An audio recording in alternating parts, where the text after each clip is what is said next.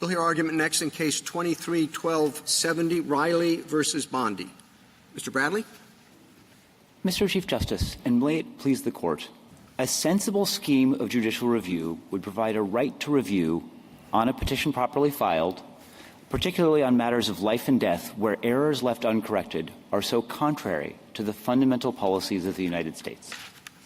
But it also would not have the courts routinely intrude while the agency is still doing its work.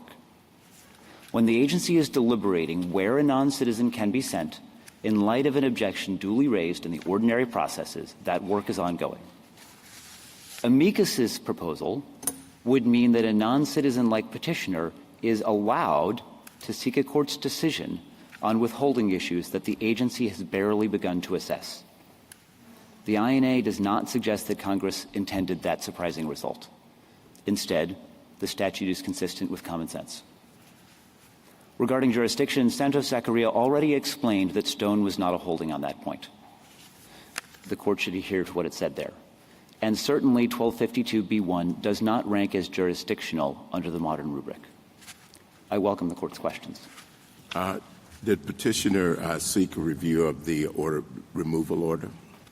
We are not seeking a review of his removability. We are seeking a review of the CAT decision, Your Honor. But the only jurisdiction we have is over the removal order.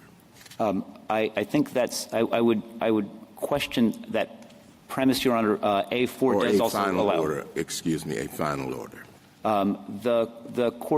The statute allows the court to conduct review within 30 days of a final order of removal, but it also clearly says the court has jurisdiction to review a CAT order, as the court explained in Nasrallah already. Have we ever said that you could do that independent of the final order? Not independent in the sense, and that is exactly the problem, Your Honor. I think that the sensible approach is to wait until the agency has concluded all of its work, and then you have one petition that encompasses removability, the order of removal, and the CAT questions that are raised. Does the CAT question then convert the final order into a broader final order by attaching itself to that? I think what Nasrallah teaches us, certainly, is that it does not convert a CAT order that says that denies CAT relief is not converting the final order into something else, except from the timing of it and what gets decided is affecting the finality. Because as we explained in the brief, and I believe the government agrees, where you can be sent is something that remains to be decided. The removal order under the government's regulations has to tell you where you're going to be sent. You have an opportunity to object right then. If the process results in that being that where not working, then they're going to tell you where else, and then you might proceed into another. So it does not affect the removability. So do you have what's your best textual hook for that? I'm sorry, for which? For your argument that the CAT order has to be, it can expand the time limit of the final order. So it turns on what final means, Your Honor. And the statute we submit, obviously it explains what makes something final in certain circumstances. And aside from that, it's a word that this Court has interpreted in many contexts to mean that the agency's decision-making is full and complete on all issues, that the agency has dissociated itself from the decision-making process. That's the word final.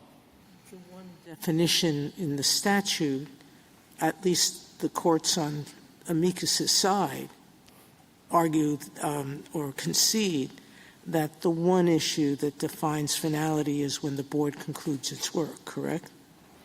When the board concludes its work. That is correct. And here, when the board concludes its work, as you know, is after the CAT, because the CAT Correct. decision can change the final order, correct? Because Correct. it'll change. The final order says you are removable, you're going to X country, and the CAT order will say, no, make it Y country. So there is an amendment. There is an amendment. So this is almost like a conviction in a sentence, meaning the conviction is final in a district court until you appeal it, but you wait for the sentence for the appeal because you want the court to finish with everything at once. I think you have it exactly right, that analogy, and Nasrallah was familiar with that analogy, of That's course. the one That's the one in Nasrallah. Right. Now, Congress does use the word administrative in a different provision, the detention provision. Correct. 1252. So there they said when an order is administratively final, meaning when the agency has finished on this particular question. But it uses a different word, final order of removal here. That difference, how does it play into your argument? That difference, I think, is good support for us, in that administratively final, presumably the administratively means something. It points us to that moment is a different moment from the moment when the order is final for purposes of judicial review. Therefore, we would expect, not necessarily in every case, but we would expect that conceptually administratively different final is different from final. And so that point that Guzman Chavez pointed out, when detention can begin because one issue in the case has been resolved, is different from the case point when everything is finished, when the agency is fully finished with its work. That's final for judicial review. Just on the 30-day deadline, do you understand our position to be that we're never going to find a jurisdictional bar again?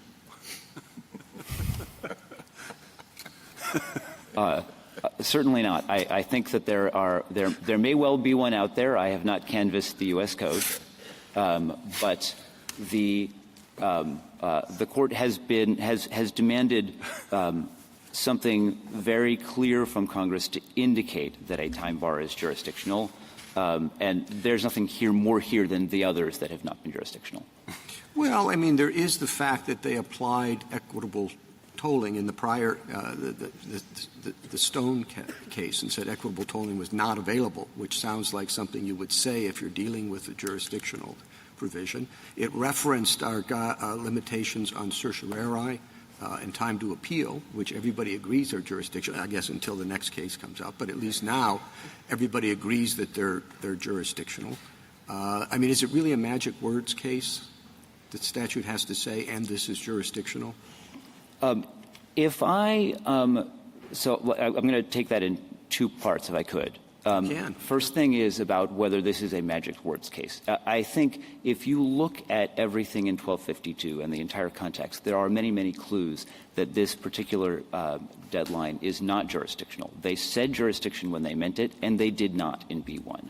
In addition, they removed particular wording that was in the pre-1996 IRA that gave a specific point in time that is less clear under the amendment. So there are these textual clues. But the second thing is to go back to your observations about Stone.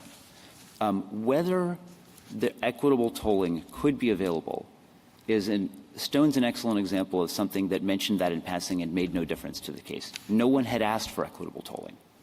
What was asked for was a concept of non-finality that is just as available for jurisdictional as for non-jurisdictional deadlines. Mandatory claim processing, which are non-jurisdictional, you can't equitably toll either, correct? Also true. So I just want to explore whether there's any daylight between your position and the government's position here. And one area that I wondered about was whether you think the CAT order itself is a final order of removal.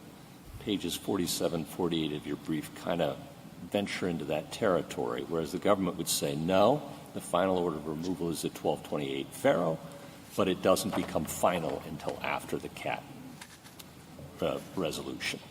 So which is it? So I would say that there is a millimeter of deadline that will not matter. So let me explain that. We agree that the FARO is an order of removal.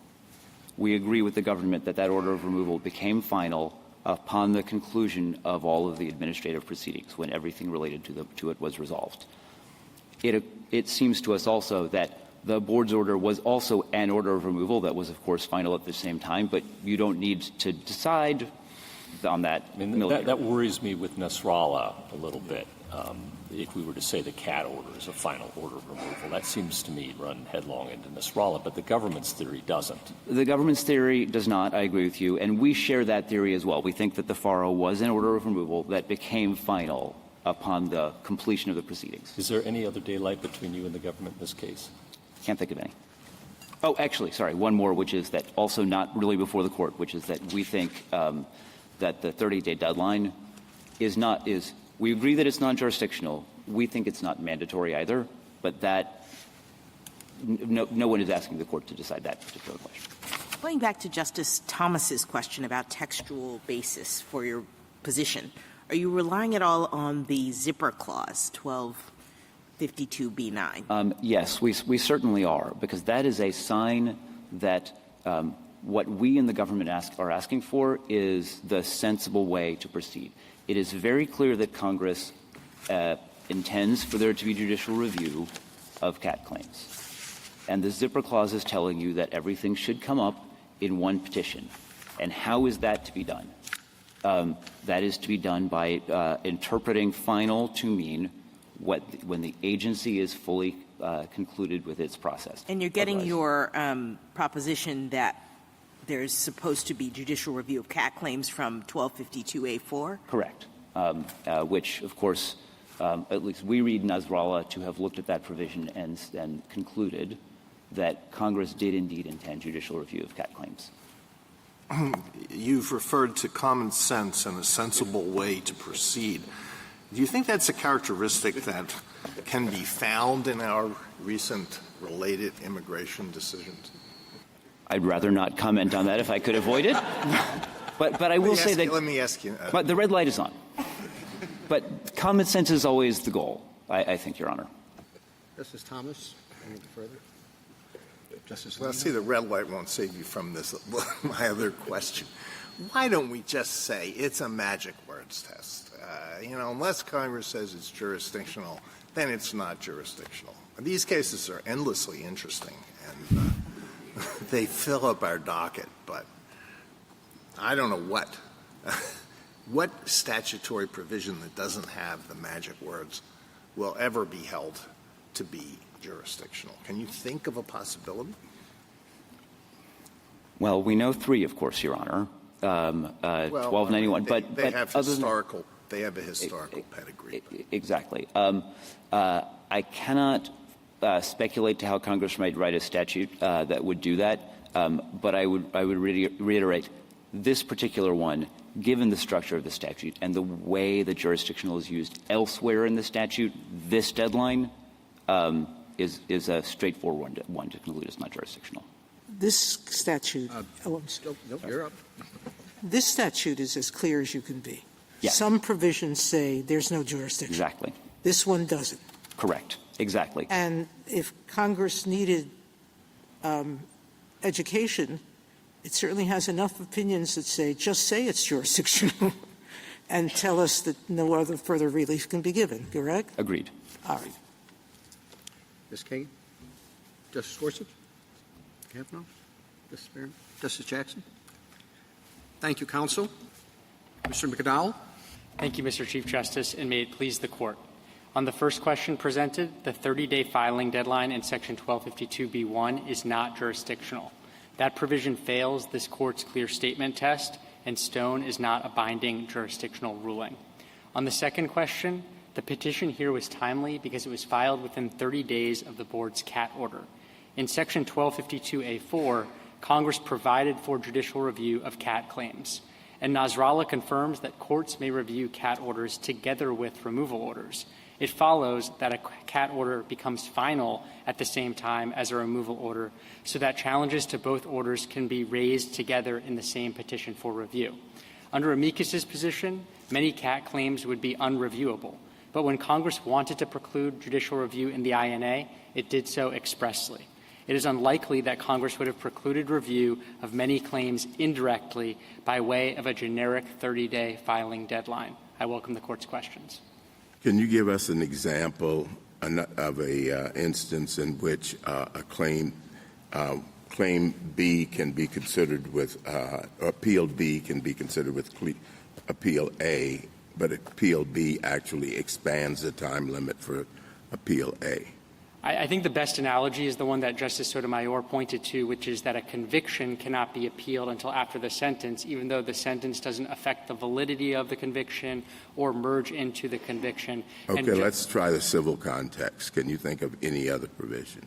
I suppose there the way it would work in a remedial scheme, remedial decision as opposed to a liability decision, the remedial decision wouldn't affect the liability decision, but we would still, under the final judgment principle, not allow an appeal of the liability ruling until after the remedial decision is done. And I think the same basic logic applies here, because as Nasrallah points out, a CAT order does not affect the validity of a removal order, but our position is that the removal order doesn't become final until the end of CAT proceedings, because that's when the agency has finished its work on the case and disassociated itself from the case, which is the basic final judgment principle that always applies in judicial review in the courts of appeals. Dal, can you give us some examples of, you say that adopting Amicus's view would leave certain CAT orders unreviewable. Can you give us some examples? So I think under his position, I think the CAT order in this case would be unreviewable because Petitioner didn't file the petition for review within 30 days of the Section 1228 I think your friend, though, in this case would say, well, he could have done. So our point is that if you're referring to the premature protective petition scheme idea, I think that there are two potential legal problems there. One is the zipper clause, which contemplates a single petition for review at the end of the case, whereas the premature filing of a petition supplemented by a later filing related to the CAT claim, I think runs counter to that idea. I also think that if the Court were to adopt Amicus's reading of the statute, one potential upshot of that is that Congress intended to foreclose review of these claims. And if Congress wanted to foreclose review of these claims, we don't see how courts and litigants could adopt a workaround scheme to get around that. But obviously our frontline position is that Congress did want review of these claims. I think your friend on the other side would say, well, they can file these protective appeals and courts of appeals can hold on to them, and then when the CAT order matures, you're good to go. Would courts of appeals have to keep those notices of appeal on their docket? Could they, is there a risk they might dismiss them? I'm just not sure. I've not held a notice of appeal on my docket as an appellate court judge on the 10th Circuit for, a year, 2 years while the CAT order is on? I just don't know. I haven't encountered that. I think this points up another problem with this idea, which is that I don't actually think it's a particularly effective way of preserving judicial review because these procedures lie within the discretion of the courts of appeals.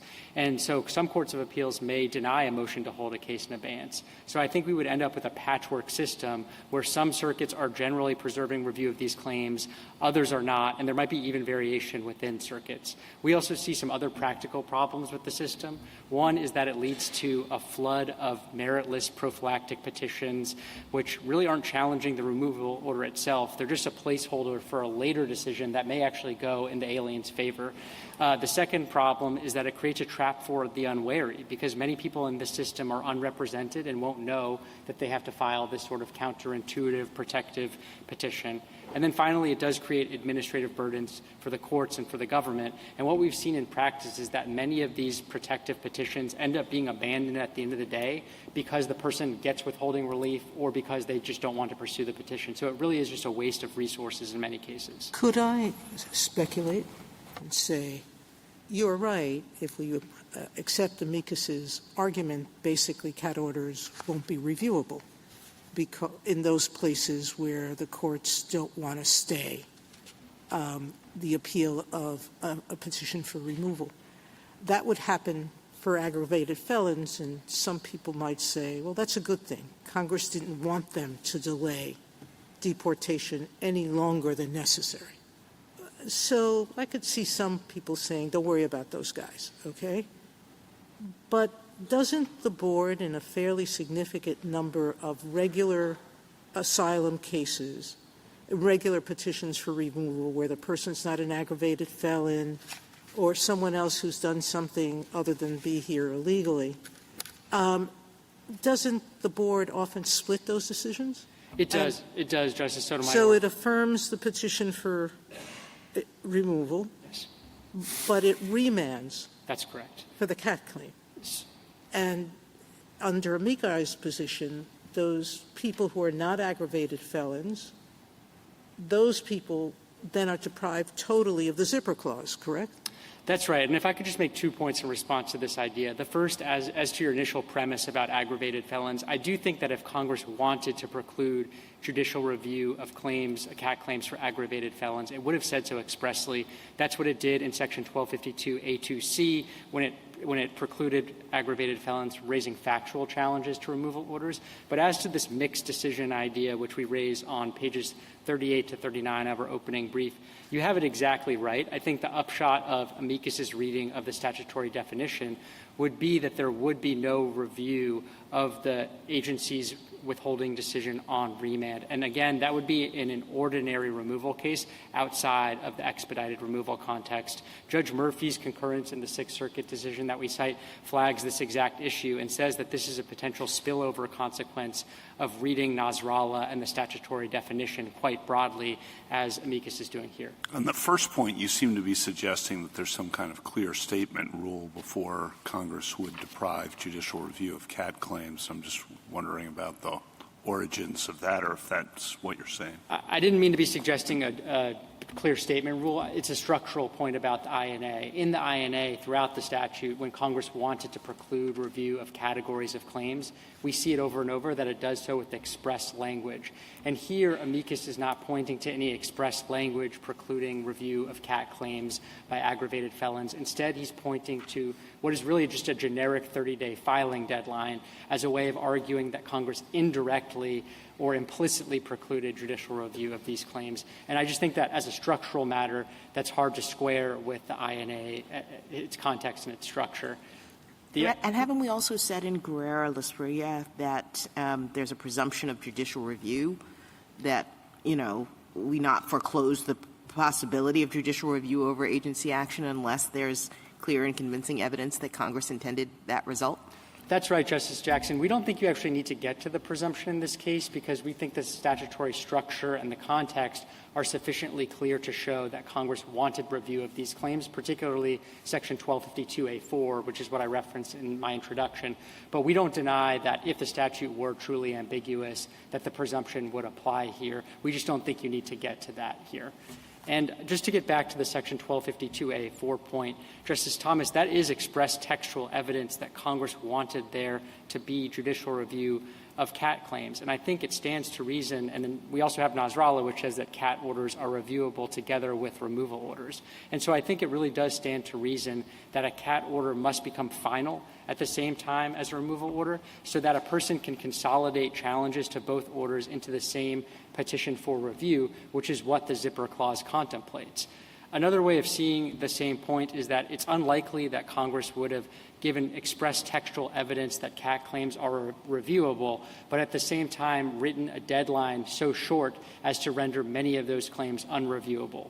Normally, Congress doesn't give with the one hand and then take with the other in that sort of manner. Under your position, is it the case that an order that is final is rendered non-final by the filing of the subsequent application? No, that's not our position. Our position is that when a person has a withholding-only claim, the Section 1228B removal order does not ever become final until the withholding-only claim is resolved. It's not that it is final and then becomes non-final. It's that it never became final in the first instance until those proceedings are resolved. And that's because Okay. What is the time requirement for filing a withholding-only claim? the regulations contemplate that the claim is raised with the agency before the Section 1228B removal order is issued, and here it was raised immediately after. So if there were a situation where a person didn't raise it for 30 days after the entry of the Section 1228B removal order, we would agree that at that point the order would be final and the petition for review timeline would have run.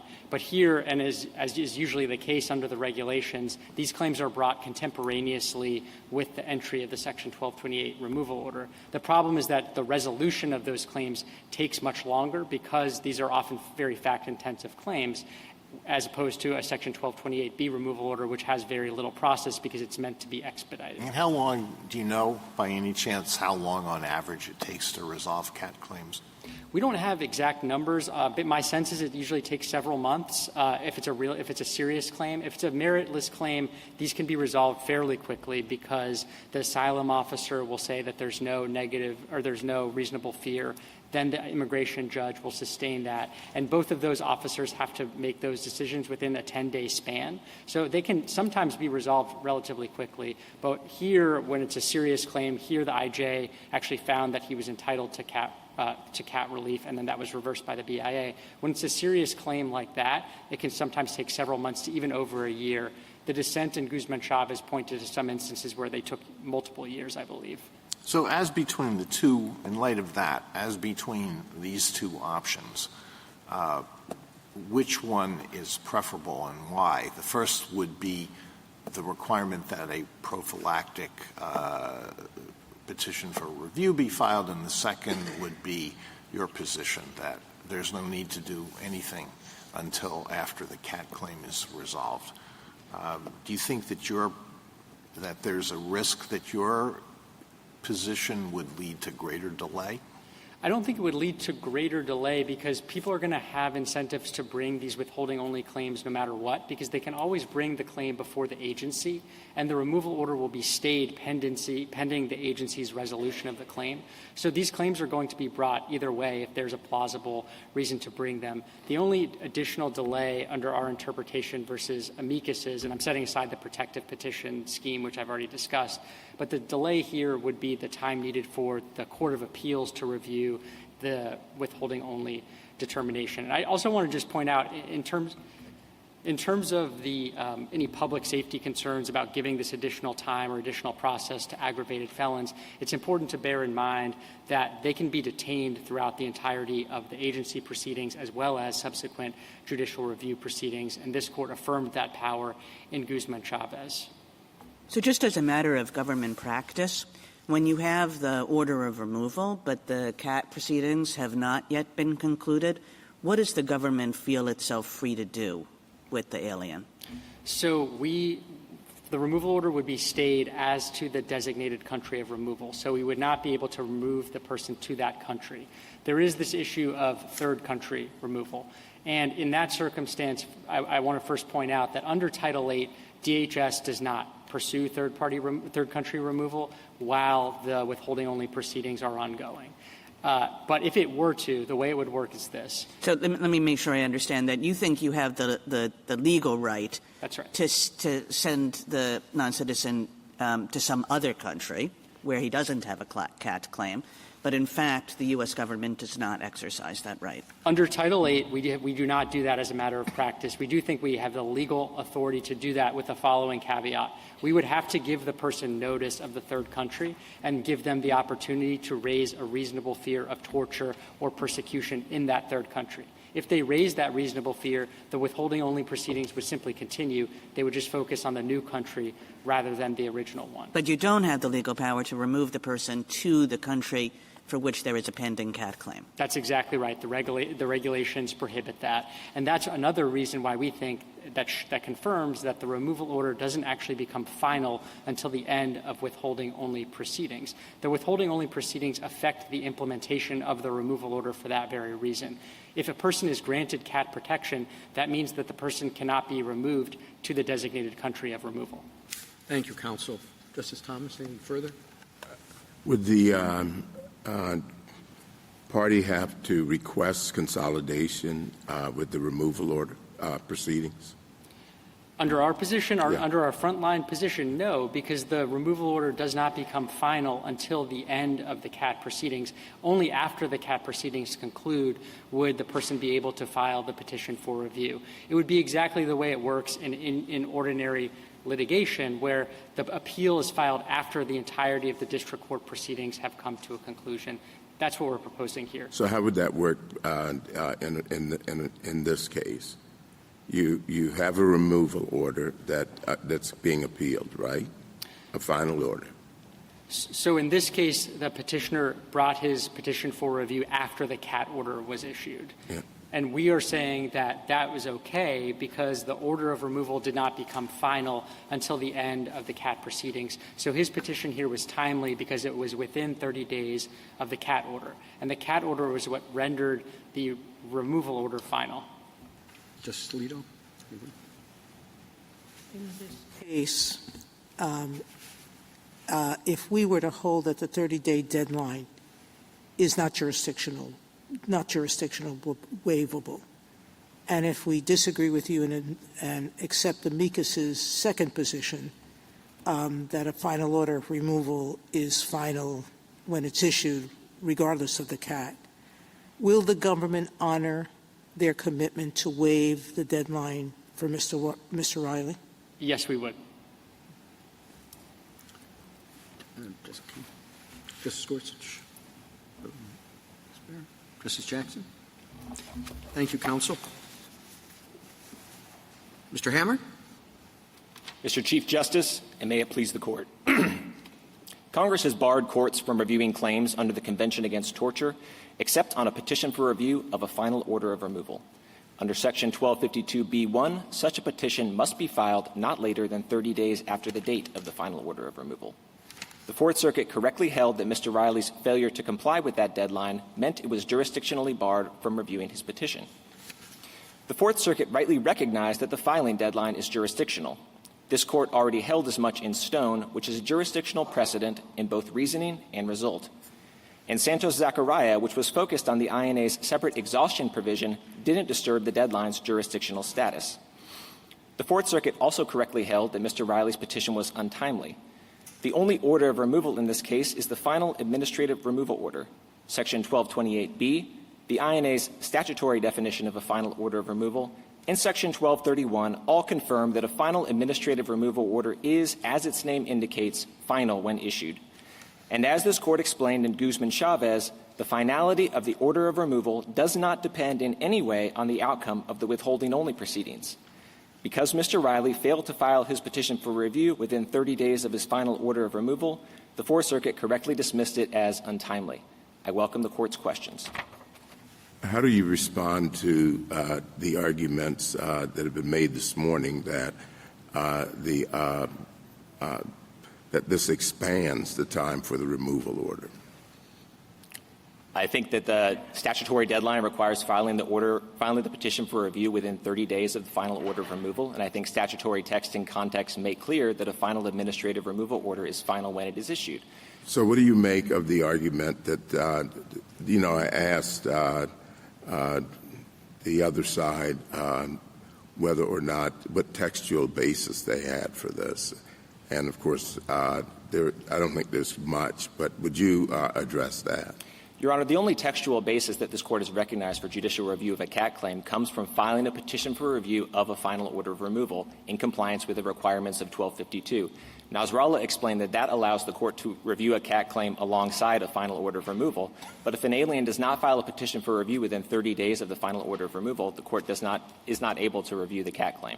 Well, you seem to be assuming that there is a final order of removal, but maybe it's not final until the CAT claim has been resolved. In other words, what this order of removal is saying, it has sort of two parts. First, you're removable, and second, we're going to remove you to country X.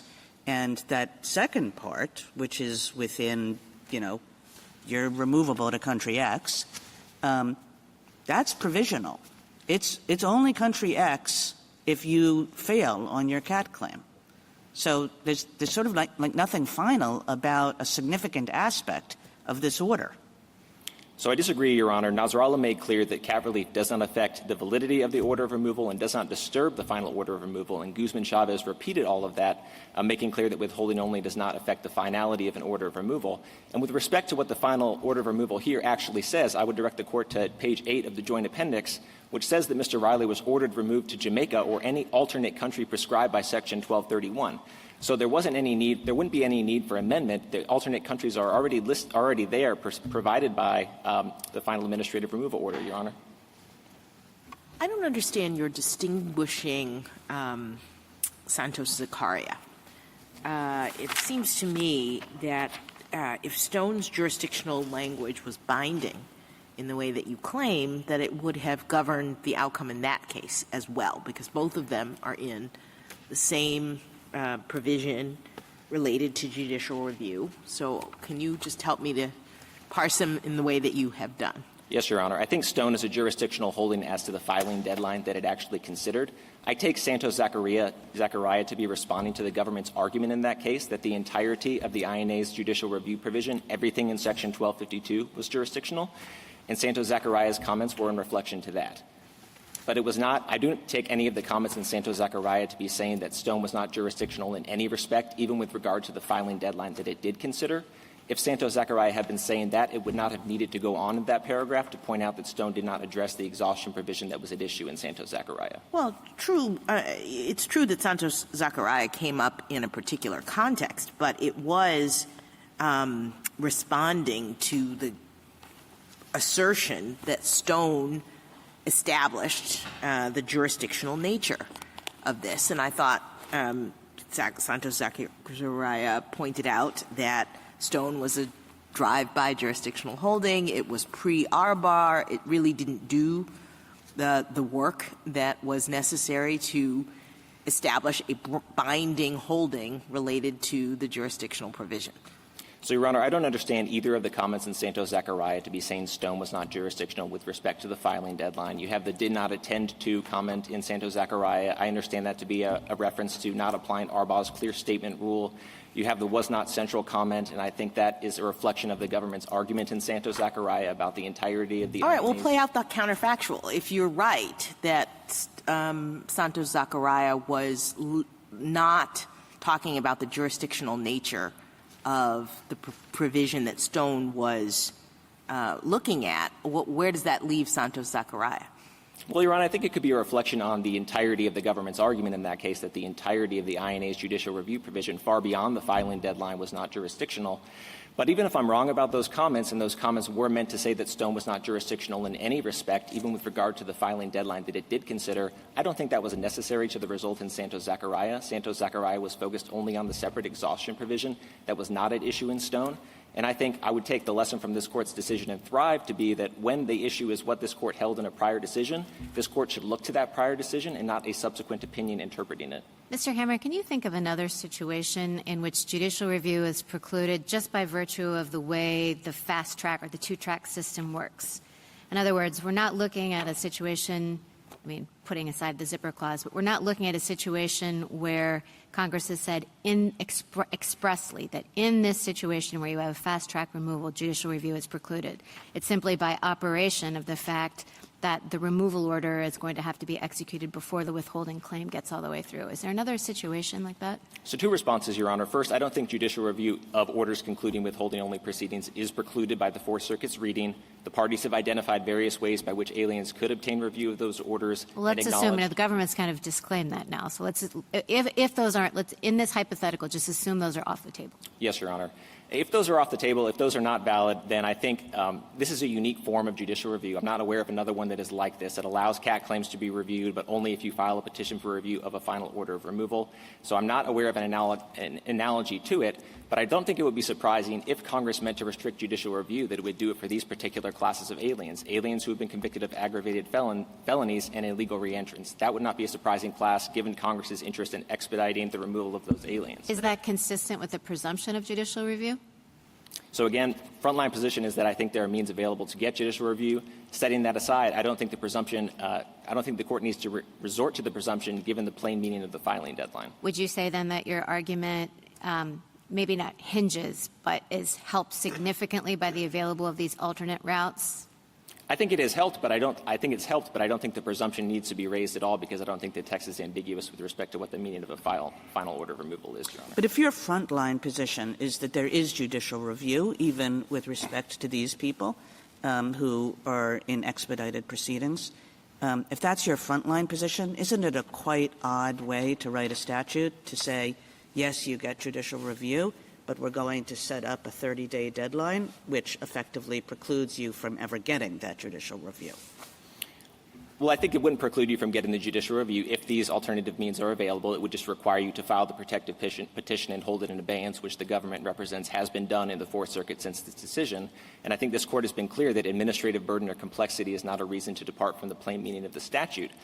But I also think there was a good reason for Congress to do it this way, and I think this relates to the policy consequences of Mr. Riley's and the government's position. So Mr. Riley's and the government's position separates administrative finality on the one hand from finality for purposes of judicial review on the other. And by doing so, they create a risk that aliens can be removed from the country to a third country during withholding-only proceedings without ever having the chance to go into court and get a stay. That's a significant policy problem, and that's because, as everyone here agrees, the final administrative removal order is administratively final as soon as it's issued. That authorizes the government to remove the alien to a third country so long as the government provides notice of that and the alien doesn't have a fear of persecution or torture in that country. But as long as withholding-only proceedings are ongoing, according to Mr. Riley and the government, there will not be a judicially final order, and so the alien won't be able to go into court and get a stay. That's a particularly significant problem because there will be cases in which aliens both want to challenge the validity of their 1228B orders and seek withholding relief, and those aliens will be put to a difficult choice. They will either need to forego their withholding proceedings so that they can immediately get judicial review and a stay of their 1228B orders, or risk it, go into withholding proceedings knowing that there's a chance they might be removed to a third country before ever having the chance to go into court and get a stay. That cannot happen on the Fourth Circuit's reading because the Fourth Circuit's reading marries administrative finality with finality for purposes of judicial review. I'm sorry. I thought that there was a stay for the petition for removal when a CAT claim is made within the 30-day period. There is not, Your Honor, and the government explained that the government believes itself and does, in fact, have the authority to remove an alien to a third country. To a third country, but Exactly. they said, you forgot the subject to notice and an opportunity to file an amended CAT claim on the new designation. So it's not an open-ended thing. And you answered Justice Barrett by saying it makes sense that aggravated felons and people who have come back illegally shouldn't have expanded appellate rights under CAT.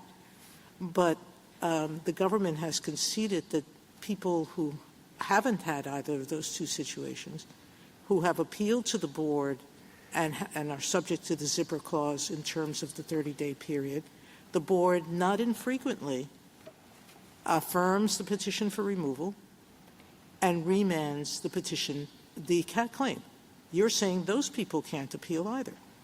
Your Honor, I think that generally in those cases, aliens would have the opportunity to do it, and that's because of the board's particular remand policy. So under a 1978 board decision called Matter of Patel, when the board remands a case, it's a general or plenary remand that allows reconsideration of any issue on remand unless But the not board the petition for review if they've affirmed it.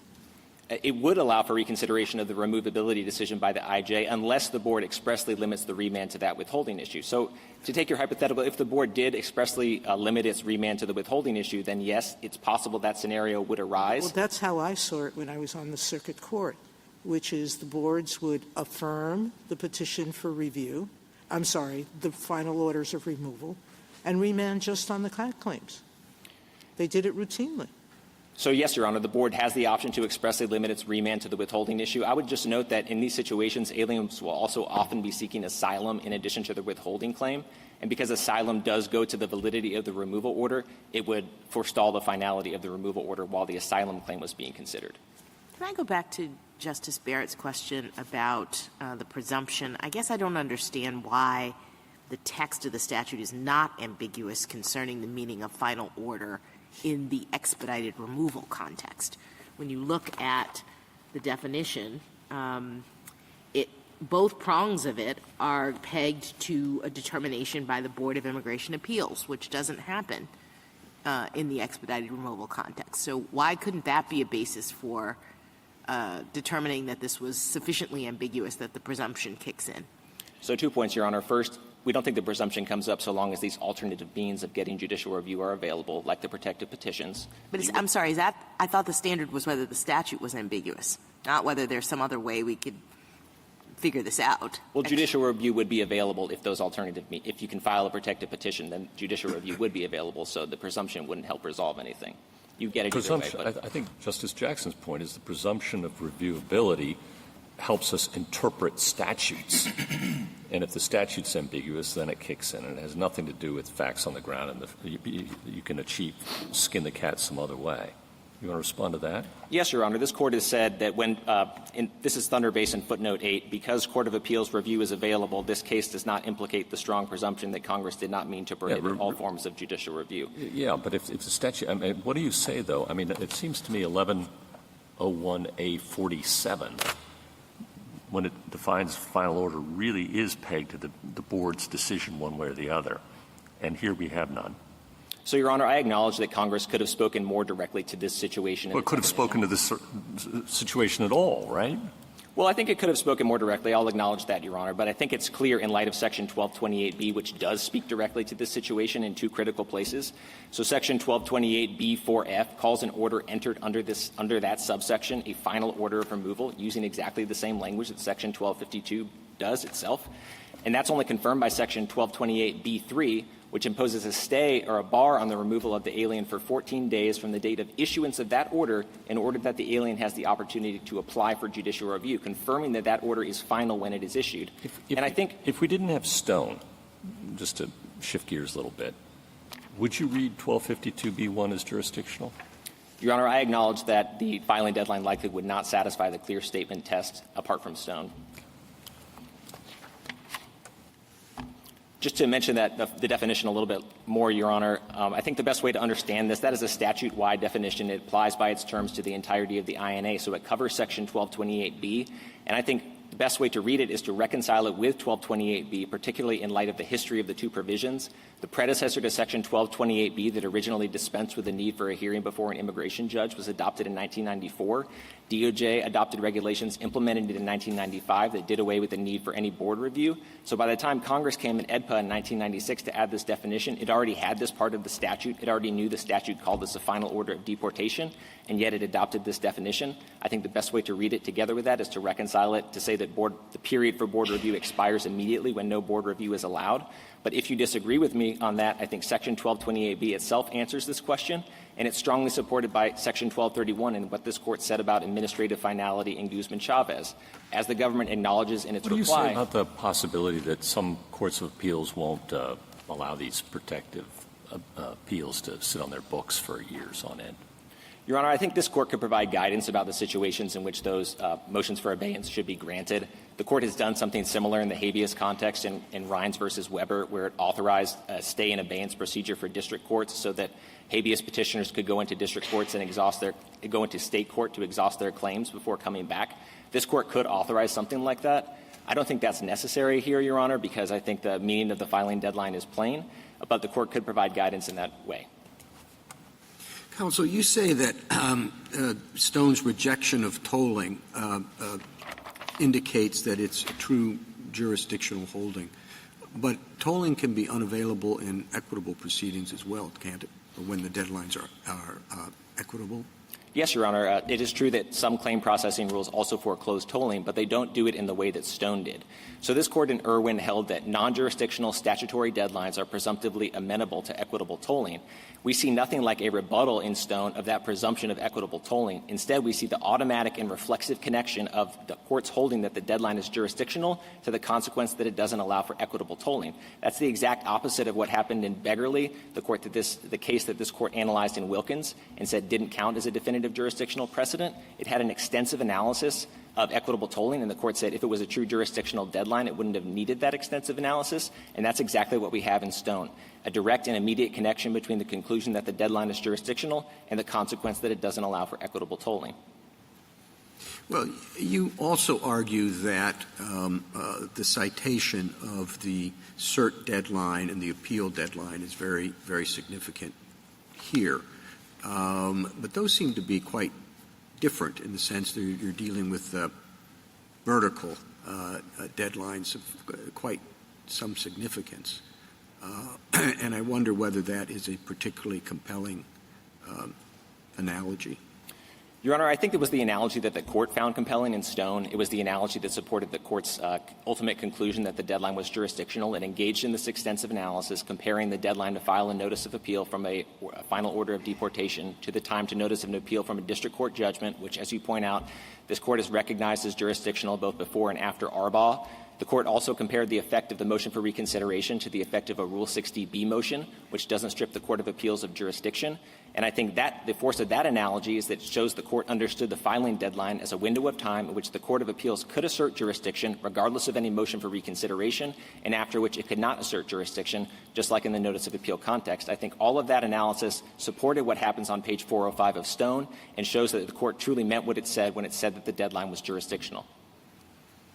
But just to underscore Justice Gorsuch's point, under our modern jurisprudence, you would agree that it's not jurisdictional, that you're relying on the Stone precedent as the reason why we should hold that it's jurisdictional here. I am relying on the Stone precedent, Your Honor, and I think this is exactly the situation in which statutory stare decisis has its effect. As this court recognized in John R. Sand and Gravel, abiding by this court's statutory decisions serves important system-wide reliance interests, promotes the overall stability and predictability of the law, and it's particularly important here because just a year after Stone, Congress and IRIRA further restricted the availability of judicial review. And we can rely on Stone to reach the jurisdictional holding that you would like us to reach, notwithstanding Santos-Sicaria's statement that in Stone, whether the provisions were jurisdictional were not central to the case. Yes, Your Honor. I don't understand that statement to be reflecting on Stone's analysis of the deadline, and to the extent I'm wrong about that, I don't think that was part of Santos-Sicaria's holding. I don't think it would bind this court, just like in the Thrive case, Your Honor. Mr. Hammer, when I asked you before why we should think of the order of removal as final, given that it's distinctly non-final, distinctly provisional as to an important aspect, which is where you're going to remove the person to, you countered to me Nasrallah.